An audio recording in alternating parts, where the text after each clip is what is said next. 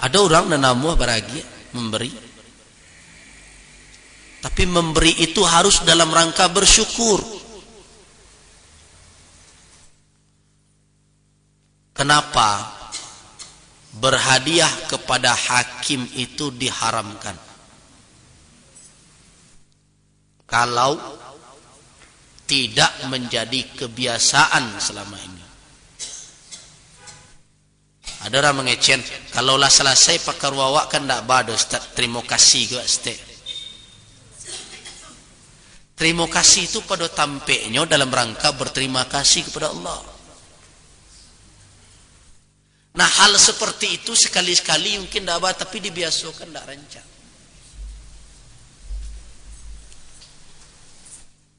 Nah, jadi kita tak kalah mendapatkan kelapangan dan kemudahan, yang paling utama yang harus kita sadari itu dari Allah. Karena itu segala bentuk pemberian dan sebagainya dalam rangka bersyukur harus dalam rangka mensyukuri Allah. Itu makanya Pak Haji Kepatang amun tak pernah memberikan baksis itu. Tapi kecik jamaah agi selalu, Ustaz, awak kalau ditolong. Bukan awak nak namuh baragia. Malah anak baragia itu tekana anak baragia 10 rial, cari kantong cie simpan. Tekana lo 10 rial simpan. Sudah beko pai kamu saji dorong mentong tangan. Ada orang yang susah, ada orang yang minta yo batu-batu agen lah. Kau dak bawa pulang. Antar ke panti asuhan. Nah, jadi bersyukur kepada manusia harus dalam rangka syukur kepada Allah. Jangan dalam rangka mendurhakai Allah dan Rasul. Itu dan sering Rasul pernah berkata pada suatu waktu, man ista'amalnahu wa qadaina lahu rizqa, sianang kami angkat jadi pegawai kami, kata Rasul, jadi petugas, dan kami tetapkan bahagian jatahnya, rezekinya, upahnya lah kami agihkan. Fama akhadha wara'a dzalika fadzaka ghalul. Kalau nyo ambil jo sesudah itu lain di situlah ghalul. Kalau lah ditetapkan itu gajinya. Nah, kecik seorang sahabat, ya Rasulullah, ini kan bahadiah kamu. Kecik Nabi, kok duduk siang dari rumah rangga yang lain dia agih juga dia hendak. Kalau hendak kami angkat, engkau jadi petugas kami. Nah, karena itu perlu dalam urusan tip mentip, dalam urusan agih baragih, harus lebih awal dijelaskan dulu duduk tagaknya. Sebab syukur jadi ndak tepat kalau awak ndak melakukan menurut tuntunan. Abanang kok kalau di hotel badak pak amagi tip, Ustaz. Karena di hotel itu diizinkan oleh perusahaannya untuk awak beragi. Lah kan? Tapi supir dan tukang angke awak secara hukum lah dikeluarkan aturannya. Ibu kalau PAJ kan nampak di auto kan haram memberikan baksis kepada, ada enggak itu? Itu peraturan. Itu aturan yang dikeluarkan. Jadi kalau ke hotel ada orang mangkek barang awak, nya tolongnya berikanlah. Malah Kepatang ada bawab itu penjaga pintu hotel, ndak kerajonya dong, nya tolong menurunkan barang jamaah. Malah mau ketua rombongan, bapak dan ibu-ibu, bapak ketua rombongan coba pikian itu nanti dibawa si Mahmud dan sebagainya, ini kan ndak kerajonya itu. Kemudian awak memakai musala yang di bawah hotel, tarikh mengaji dan muhasabah malam, namun hanya membukakan kan tak kerajonya. Nyo kan punya waktu lalu pula. Dan pintu belakang tu tak boleh buka itu. Tapi karena mau meminta dibukanya. Berarti kan ndak menjadi tugasnya lah nyo kerajokan, nyo menolong awak. Nah, cola pikian ibu awak denyo kumpul kalah piti. Bara bisa, bara rela berikanlah. Nah itu halal karena ndak tugasnya. Kan ndak tugasnya menyandang tasawuf itu dari tingkik sekian ke bawah, mengumpulkan. Jadi karena itu dalam rangka ini harus kita sadari yang seluruh yang datang kepada kita Allah yang menentukan. Nah kalau kita akan memberi, kita akan berterima kasih, harus tidak melanggar ketentuan pemberi yang hakiki. Nah jadikanlah ini pelajaran. Mudah-mudahan kita bisa memaklumi bahwa dalam kehidupan ini nampaknya setiap cara hidup kita ada tuntunan dari Allah Subhanahu wa taala, dan Allah tidak pernah melepaskan kita dan tidak pernah membiarkan kita tanpa ada tuntunan, tanpa ada arahan. Cuma sekarang tinggal kita mau tidak dalam berada dalam tuntunan Allah Subhanahu wa taala. Bapak dan Ibu, kita cukupkan. Kalau ada yang bertanya silahkan. Ada yang bertanya? Jadi ada suatu petunjuk zikir,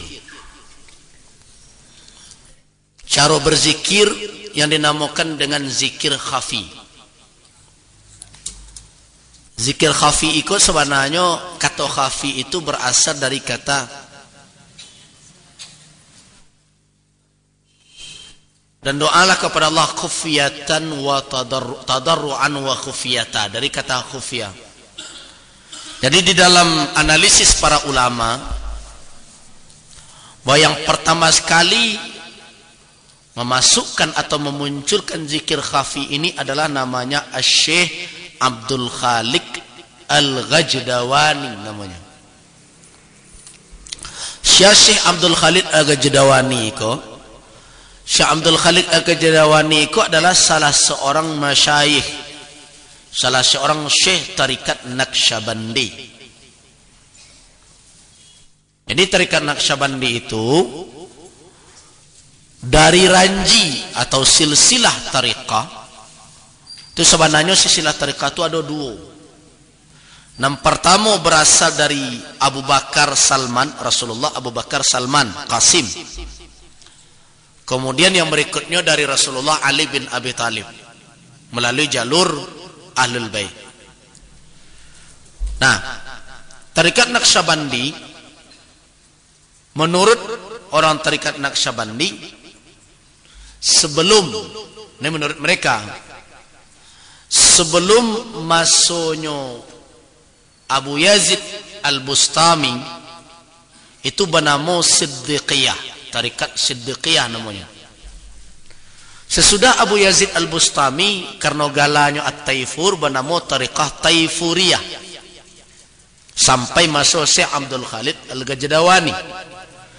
Nah sesudah Syekh Abdul Khaliq dinamakan tariqah Ghajdawaniyah sampai masuk Syekh Muhammad Bahauddin An-Naqsyabandi.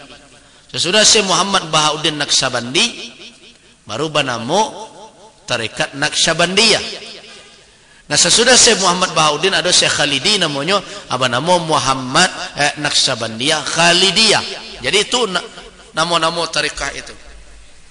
Ya, jadi kalau di dalam kitab tarikat Naqsyabandi sendiri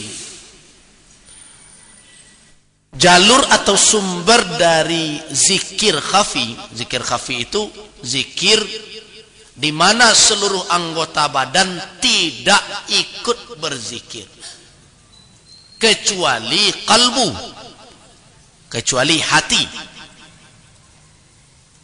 Nah, kenapa? Karena pernah pada suatu waktu Syekh Abdul Khaliq mengaji tafsir dengan seorang syekh. Dia mengatakan, "Bamangko Allah menyuruh zikir khafi, khufyatan tadarruan wa khufyata." Karena kalau dilai berzikir, maka itu mudah melakik ria. Itu analisanya.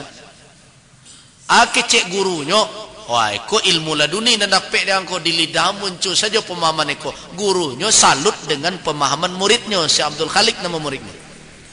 Nah, cek gurunya Mudah-mudahan engkau dipertemukan dengan wali Allah dan mengajarkan ke engkau cara zikir khafi. Itu kisahnya di dalam kitab Al-Mawahib As-Sarmadiyah karangan Syekh Muhammad Amin Al-Kurdi. Jadi ada kitab Naqsyabandi namanya Al-Mawahib As-Sarmadiyah fi manaqib as-sadah Naqsyabandiyah. Nah, tidak lama setelah itu memang bersulah Syekh Abdul Khaliq Al-Gajdawani dengan Nabi Allah Khidir alaihissalam. Jadi Nabi Khidir kok. Nah, Nabi Khidir lah namajakan zikir itu caronyo. Mulut ditutup rapi-rapi, gigi digatamkan di model tuan, lidah ujung lidah diadukkan ke langit-langit model itu. Ditungken kateh ujung lidah awak. Tahan nafas. Tidak boleh mangok dah. Zikir la ilaha illallah sebanyak 21 kali. Barulah pian. Nah, begitulah terus. Malah Syekh Abdul Khaliq Al-Gajdawani untuk meyakinkan nafasnya tidak keluar, masuknya ke dalam bak air. Memang begitu. Itu kisahnya tidak mau menceritakan. Itu orang tarikat Naqsyabandi sendiri yang menceritakan kisah itu di dalam kitab Al-Mawahib As-Sarmadiyah itu. Ambo ada kitabnya. Nah, jadi berarti kalau dari cerita orang Naqsyabandi, zikir itu bukan cara yang diajarkan dek, tapi diajarkan dek Khidir. Nah, anan Khidir kok, Nabi Khidir iko, ulama berbeda pendapat, perbedaannya tidak seketek deh kok, sangat kuat perbedaan pendapatnya. Yang pertama, mereka berbeda pendapat tentang kenabiannya. Nabi kok Khidir kok, atau sama jo Luqman, seorang hamba Allah yang saleh, wali lah namanya.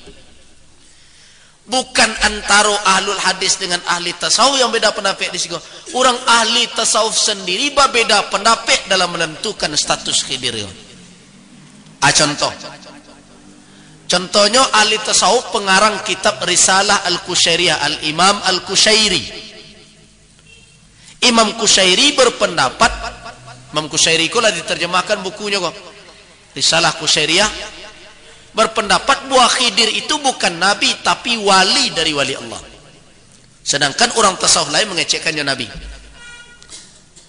Nah, ulama juga berbeda pendapat apakah Khidir kok masih hidup atau lah mati. Tapi mayoritas orang tasawuf berkeyakinan bahwa Khidir masih hidup sampai akhir zamannya hidup.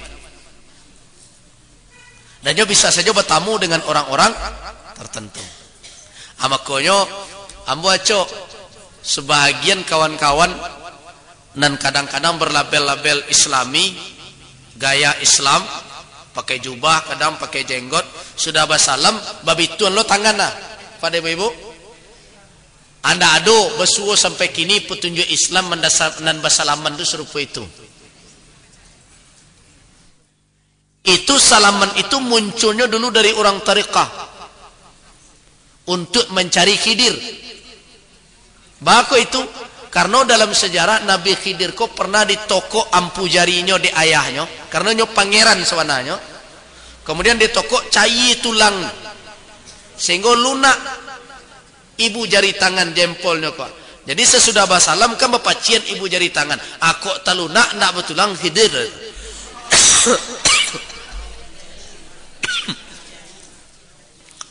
Jadi tidak dulu petunjuk salam Nabi serupa itu doh. Jadi kan kadang-kadang awak kan tren saja gayanya, Pak. Sedai ko aku Islami lo baik ko lo cie kan ko. Soalnya tu munculnya dari situ pencari untuk mencari Khidir. Kok taluna? Ada yang mengecekkan Khidir itu namo kah atau galak? Sebagian ulama mengecekkan itu namanya sebenarnya, ada sebagian itu galanya. Banang kok galanya? Karena Khidir itu dalam cerita dimanapun berada biasanya di sekelilingnya menghijau.